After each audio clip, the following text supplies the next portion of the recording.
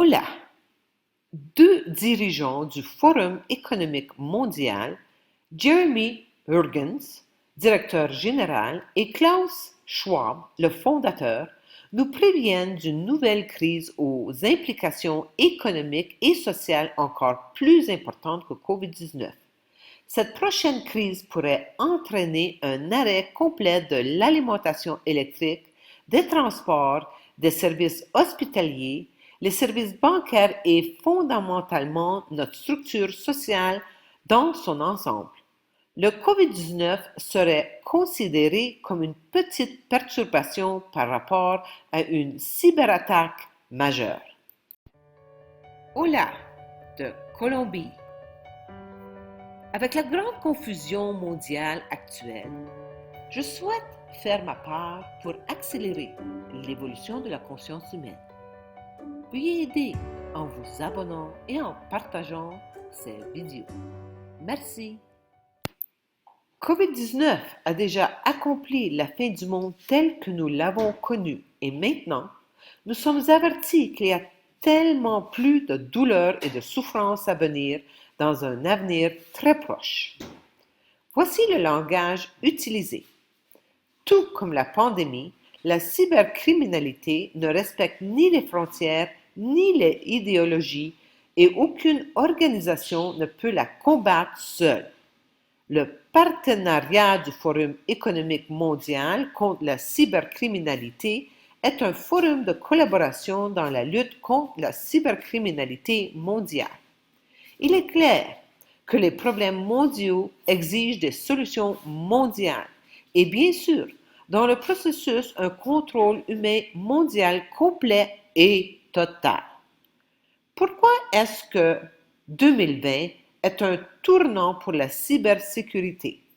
La explication est qu'en raison de COVID-19, les gens sont obligés de travailler à domicile et les gens ne comprennent pas les pratiques de sécurité et par conséquent, tout le monde est beaucoup plus vulnérable en 2020. Comme il est facile de nourrir n'importe quelle explication que les gens accepteront aveuglément comme vérité absolue, parce que les médias principaux le répètent. Observons maintenant les partenaires de l'événement Cyberpolygon. Mais n'oublions pas d'abord l'événement 2001. À New York, le 18 octobre 2019, l'événement 201 a eu lieu. Il s'agit d'un exercice de pandémie de haut niveau organisé par le Johns Hopkins Center en association avec le Forum économique mondial et la Fondation Bill et Melinda Gates. Cet exercice de simulation d'une pandémie a eu lieu environ 6 semaines avant l'apparition des premiers cas de coronavirus en Chine. Juste une coïncidence, non? Pas d'inquiétude à avoir. Maintenant, Cyberpolygon est un exercice de table décrivant comment les organisations peuvent réagir à cet environnement riche en cybercriminalité du 2020, de cette nouvelle normalité. Les bases de la cybersécurité est plus importante que jamais dans la nouvelle normalité du travail à distance. Il y a un an, personne n'aurait pu prédire l'impact de la crise sanitaire et humanitaire qui a frappé notre monde en 2020.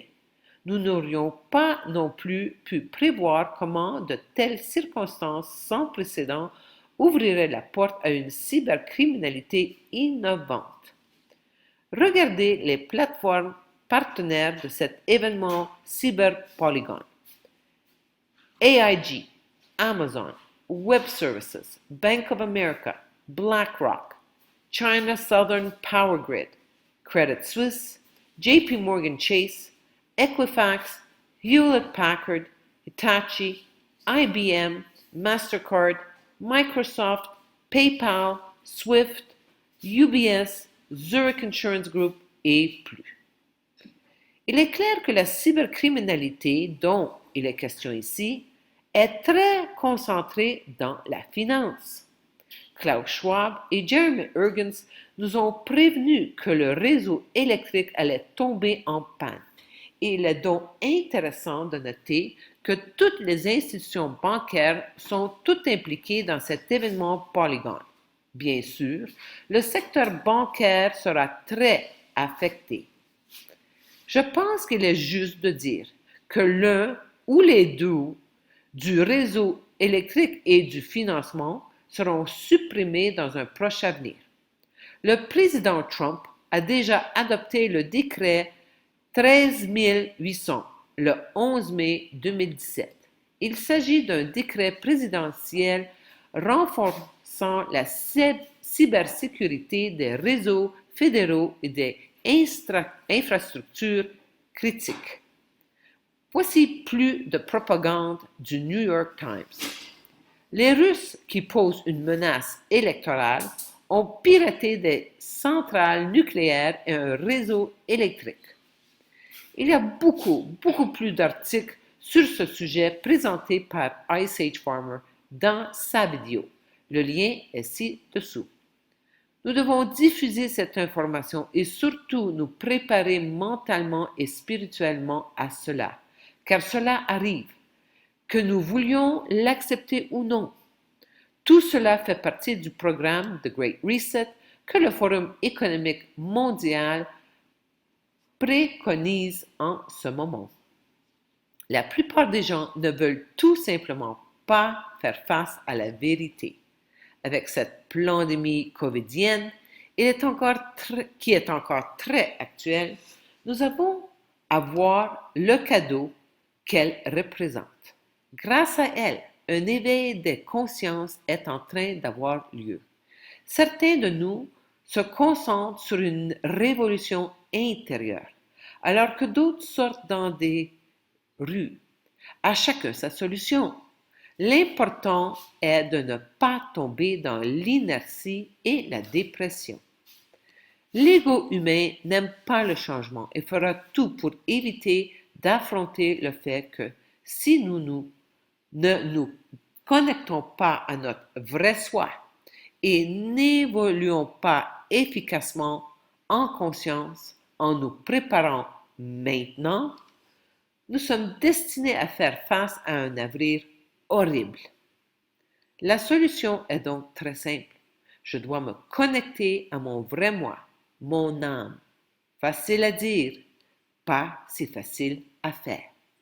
Veuillez entrer en action maintenant et faire le choix entre l'écouter votre mental, l'ego menteur et les autorités extérieures ou écouter votre âme, l'autorité intérieure. Je consulte et propose des outils pour que vous puissiez trouver votre solution individuelle en faisant contact avec votre âme. Amour infini.